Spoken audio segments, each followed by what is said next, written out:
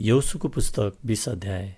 तब परमप्रभुले यहोशूलाई यसो भन्नुभयो, इजरायलीहरूलाई भनिदे, मूसाद्वारा मैले तिमीहरूलाई भने बमोजिम तिमीहरूले शरण नगरहरू नियुक्त गर। भुलले वा अजानमा कसैले कसैलाई मार्यो भने सो ज्यानमारा भागेर त्यहाँ जाओस् र ती सहरहरू हत्याको बदला लिनेहरूबाट शरणस्थान हुनेछन्। ती सहरहरूमध्ये एउटामा त्यो भागेर जाओस् र त्यस सहरभित्र पस्ने ढोकामा उभियोस् र त्यस सहरका धर्मगुरुहरूलाई आफ्नो कुरा सुनाओस् अनि तिनीहरूले सहरभित्र आफूहरू कहाँ लगी त्यसलाई ठाउँ देऊन् र त्यो तिनीहरूका साथमा बसोस्। यदि हत्याको बदला लिनेले त्यसलाई खेद्यो भने तिनीहरूले त्यस ज्यानमारालाई त्यसको हातमा नसुम्पुन्, किनभने त्यसले आफ्नो छिमेकीलाई अजानमा मारेको हो र उसित त्यसको केही दुश्मनी थिएन। अनि न्यायको निम्ति समुदायको सामु खडा नभएसम्म र त्यस समयको प्रधान पुजारीको मृत्यु नभएसम्म त्यो त्यही सहरमा बसिरहोस्। त्यसपछि त्यो ज्यानमारा आफ्नो घरमा आफ्नै सहरमा जसबाट त्यो भागेको थियो त्यही सहरमा जाओस्। तब तिनीहरूले गालिलमा नप्तालीको पहाडी देशमा केदेश, एफ्राइमको पहाडी देशमा सकेम र यहुदाको पहाडी देशमा किर्यत अर्बा जो हेब्रोन हो अर्पण गरे। यरीहोका यर्दनको पूर्वपट्टि रुबेनका कुलको उजाडी स्थानमा भएको बेसीमा बेसेरलाई, गादका कुलको गिलादमा रामोतलाई, मनस्सेका कुलको बासानमा भएको गोलानलाई तिनीहरूले ठहराए। कसैले कुनै मानिसलाई भुलले मारेको भए सभाको सामु त्यसको न्याय नभएसम्म हत्याको बदला लिनेको हातबाट मर्न नपरोस् भनेर त्यो भागेर जानलाई सारा इजरायलीहरू र तिनीहरूसँगै प्रवास गर्ने परदेशीहरूका निम्ति ठहरिएका सहरहरू यिनै हुन्। यहोशूको पुस्तक 21 अध्याय। यसपछि लेवीहरूका मुखियाहरूले एलाजार पुजारी, नूनका छोरा यहोशू र इजरायलका परिवारका मुखियाहरूका नजिक आएर कनान देशको सिलोमा तिनीहरूलाई यसो भने, हामीलाई बस्नका निम्ति सहरहरू र हाम्रा वस्तुहरूलाई खर्कका निम्ति वरिपरिका ठाउँहरू हामीलाई दिनु भनी परमप्रभुले मूसाद्वारा हुकुम गर्नुभएको छ। यसर्थ परमप्रभुको हुकुम अनुसार इजरायलीहरूले लेवीहरूलाई आफ्ना अधिकारबाट यी सहरहरू र चरणहरू दिए। अनि कहातीका वंशका नाउँमा पहिलो चिठा निस्कियो। लेवीहरू मध्येका हारून पुजारीका सन्तानले यहुदाको कुल, सिमियोनको कुल र बेन्यामिनको कुलबाट 13 सहरहरू पाए। कहातका बाँकी सन्तानले एफ्राइमको कुल, दानको कुल र मनस्सेको आधा कुलका वंशहरूबाट 10 सहरहरू पाए। गेर्सोनका सन्तानहरूले इसाखारको कुल, आशेरको कुल, नप्तालीको कुल र बासानमा मनस्सेको आधा कुलका वंशहरूबाट 13 सहरहरू पाए। मरारीका सन्तानले तिनीहरूका वंश अनुसार रुबेनको, गादको र जबुलुनको कुलबाट 12 सहरहरू पाए।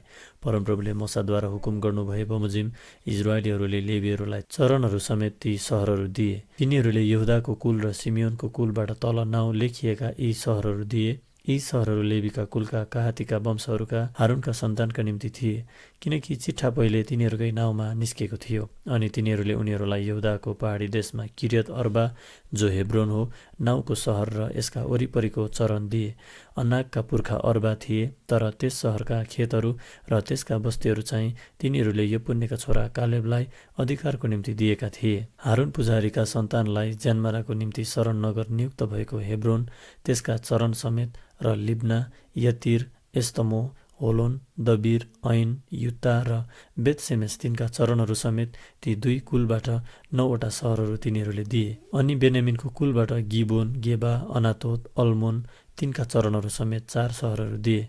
हारून पुजारीका सन्तानका जम्मा 13 सहरहरू तिनका चरणहरू समेत थिए।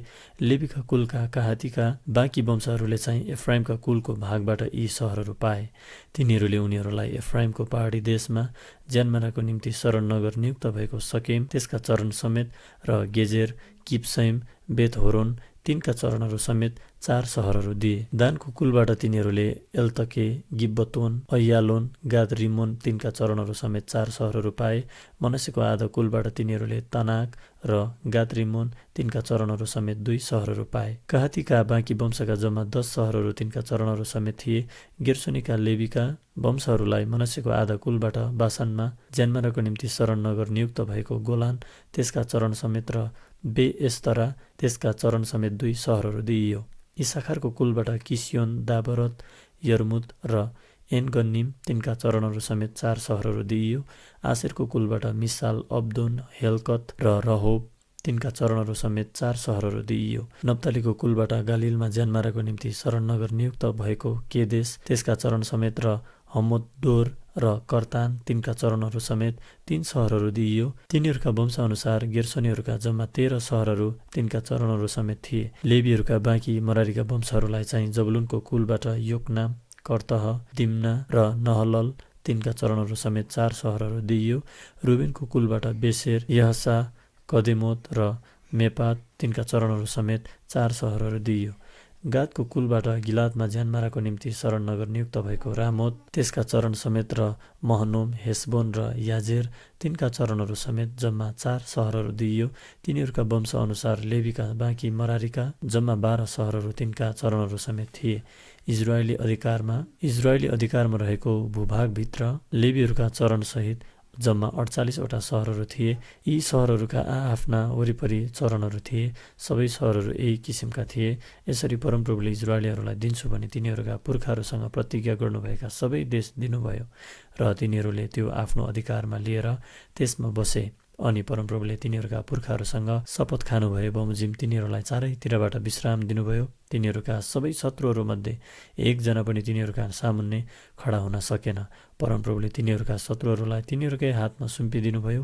परमप्रभुले जति उत्तम प्रणहरू इजरायलीहरूलाई गर्नुभएको थियो तिनीहरूमा एक पनि घटी भएन, सबै पुरा भए। यहोशूको पुस्तक 22 अध्याय।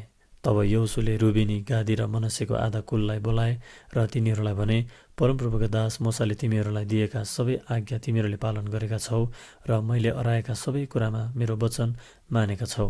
धेरै समयदेखि तिमीहरूले आजसम्म आफ्ना दाजुभाइहरूलाई छोडेका छैनौ, तर परमप्रभु आफ्ना परमेश्वरले दिनुभएको काम पुरा गरेका छौ। अब परमप्रभु तिमीहरूका परमेश्वरले भन्नुभयो बमोजिम तिम्रा दाजुभाइहरूलाई विश्राम दिनुभएको छ। यसकारण अब तिमीहरू फर्केर परमप्रभुका दास मोसाले यर्दन पारी तिमीहरूका अधिकारको निम्ति तिमीहरूलाई दिएका देशमा आफ्ना डेरामा जाऊ।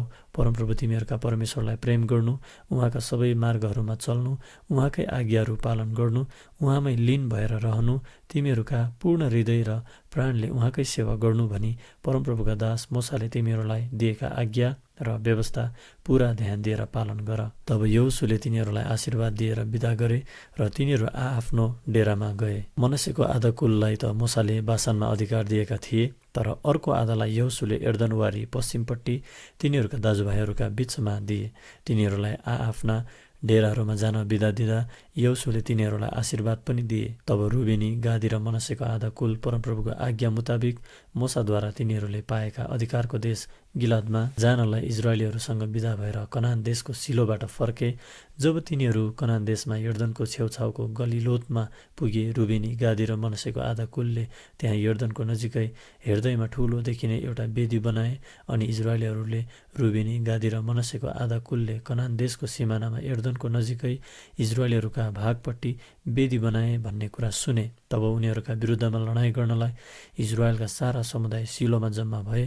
तब इजरायलीहरूले गिलादको देशमा रुबेनी, गादी र मनस्सेको आधा कुल कहाँ पुजाहारी एलाजारका छोरा पिनहासलाई पठाए र तिनको साथमा इजरायलका मुख्य मानिसहरूमध्ये 10 जना मानिसलाई हरेक कुलबाट एक गरेर पठाए। तिनीहरू इजरायलका वंशहरूमा एक परिवारका मुखिया थिए। अनि तिनीहरू रुबेनी, गादी र मनस्सेको आधा कुल कहाँ गिलाद देशमा गएर उनीहरूलाई यसो भने, परमप्रभुको सारा समुदाय यसो भन्दछ, तिमीहरूले इजरायलका परमेश्वरको विरुद्धमा कसरी यस्तो विश्वासघात गरेका छौ? तिमीहरूले अहिले कसरी परमप्रभुको विरुद्धमा बागी बनेर उहाँको अनुसरण गर्न छोडेर आफ्ना निम्ति यो वेदी बनाएका छौ? के पोहोरको अधर्मले हामीलाई पुगेन र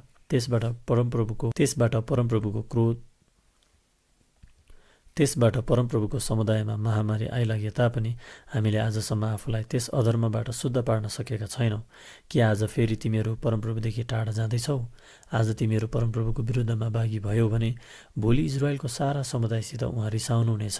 तर यदि तिमीहरूले अधिकार गरेको देश अशुद्ध छ भने परमप्रभुको देशमा जहाँ परमप्रभुको पवित्र वासस्थान छ त्यहाँ आओ र हाम्रो देशको साझा अधिकार गर।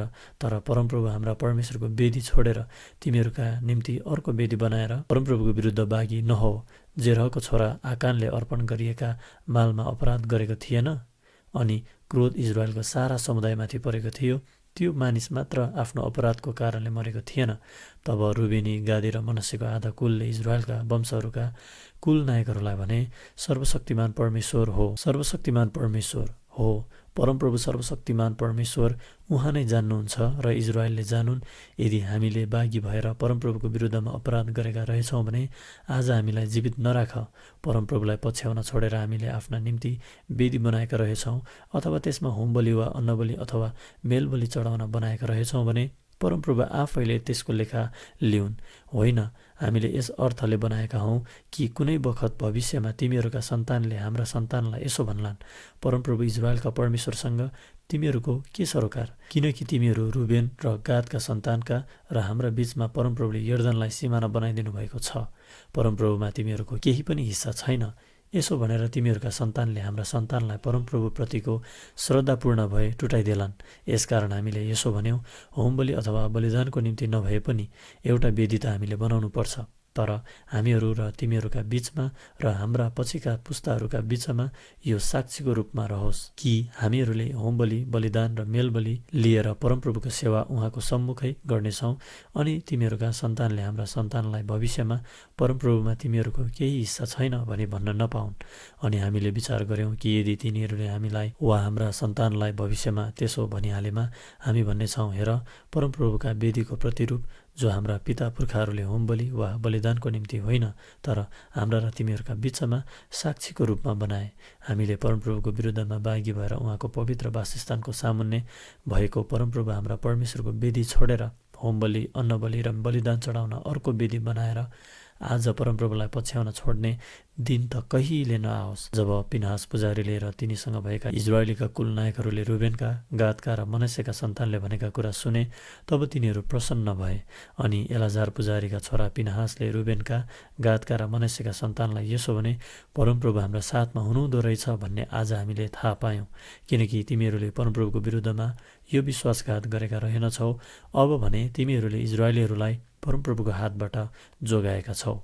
तब एलाजार पुजारीका छोरा पिनहास र ती कुल नायकहरू गिलाद देशका रुबेनी र गादीहरूबाट कनान देशमा इजरायलीहरू कहाँ फर्के र तिनीहरूलाई सारा वृत्तान्त सुनाए। त्यो कुरा इजरायलीहरूलाई मन पर्यो र तिनीहरूले परमेश्वरलाई धन्यका भने।